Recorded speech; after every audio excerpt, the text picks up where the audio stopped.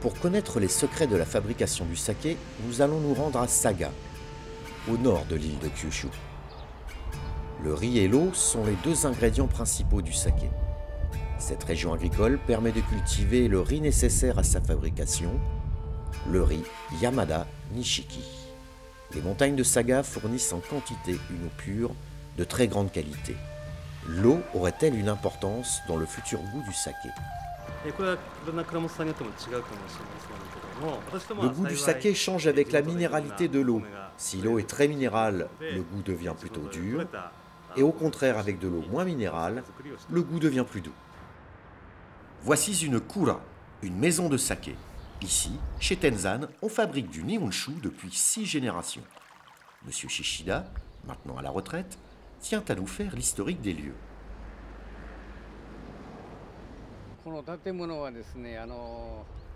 Nous faisons du saké depuis 1875. Le plus vieux bâtiment date du 19e siècle et s'appelle le bâtiment Meiji.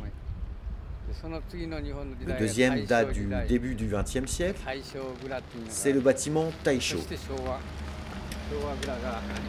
Et maintenant, le plus récent, c'est le bâtiment Showa. Il a tout de même 85 ans.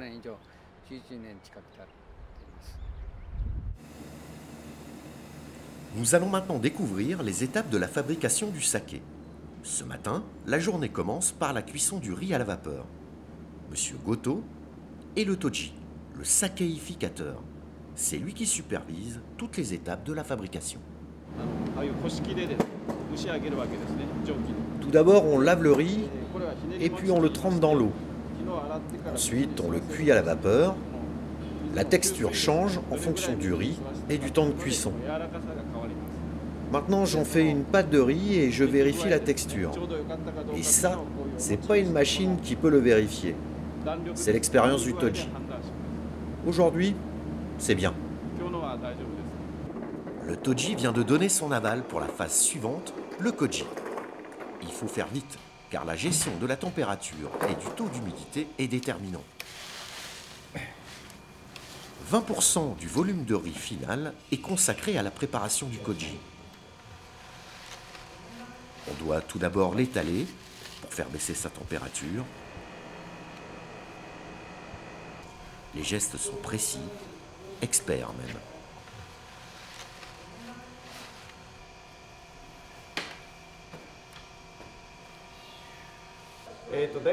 Je mélange le riz pour le refroidir afin d'arriver à peu près 40 degrés. Ensuite, on va le rentrer dans la chambre à koji.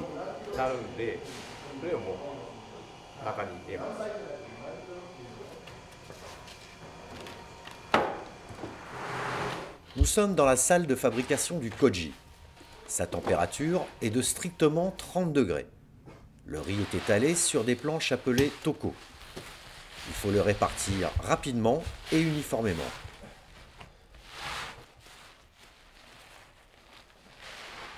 Il va être ensemencé avec une enzyme, le koji. Les spores de ce champignon vont transformer l'amidon du riz en sucre. Faire le koji, c'est une des parties les plus importantes pour faire le saké. Parce que si ça ne prend pas, on ne peut pas faire de saké. Donc il faut que je me concentre beaucoup quand je fais ce travail.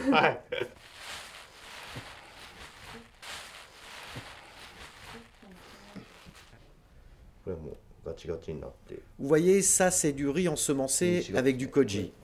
Hier c'était tout mou. Aujourd'hui c'est déjà dur et on voit plein de points blancs sur le riz. Deuxième phase, le shubo. Après 4 jours, le riz est maintenant complètement ensemencé par le koji. Il va être mélangé à du riz cuit, de l'eau, des levures et de l'acide lactique.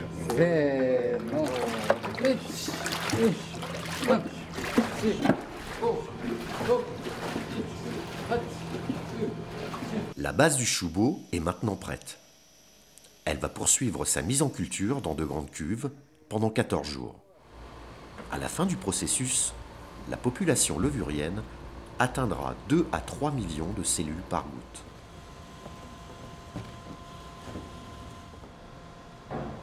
Dernière phase, le moromi. On placera le shubo dans de grandes cuves, puis on va rajouter du riz cuit et de l'eau pure par petites quantités. À compter du 4e jour, le moromi va encore fermenter tout doucement pendant 1 mois. C'est le principe de la double fermentation en parallèle. Le koji dégrade l'amidon en sucre et les levures transforment les sucres en alcool. Aujourd'hui, c'est un jour un peu spécial. On va enfin savoir si le moromi nous aura mis au monde un bon saké.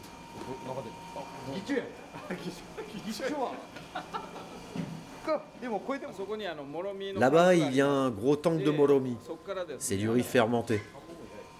Et là, je mets le riz dans des sacs de coton. Ensuite, on les attache. Et grâce à la gravité, sans le presser, naturellement, le saké coule goutte à goutte. Nous mettons des bonbonnes de 18 litres en dessous et nous recueillons le saké. La connaissance du toji, M. Goto, aura été essentielle tout au long de l'élaboration de ce nihonshu. Bien évidemment, l'eau et le riz sont très importants, mais ce qui est le plus important, c'est le maître de saké, le toji. Son savoir-faire et son talent vont déterminer le goût du saké.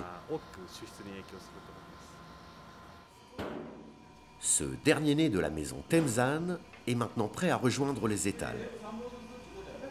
La robe d'un saké va du jaune au doré et sa couleur va brunir avec le temps. Qu'il soit fruité ou savoureux, il s'invitera sur les tables japonaises.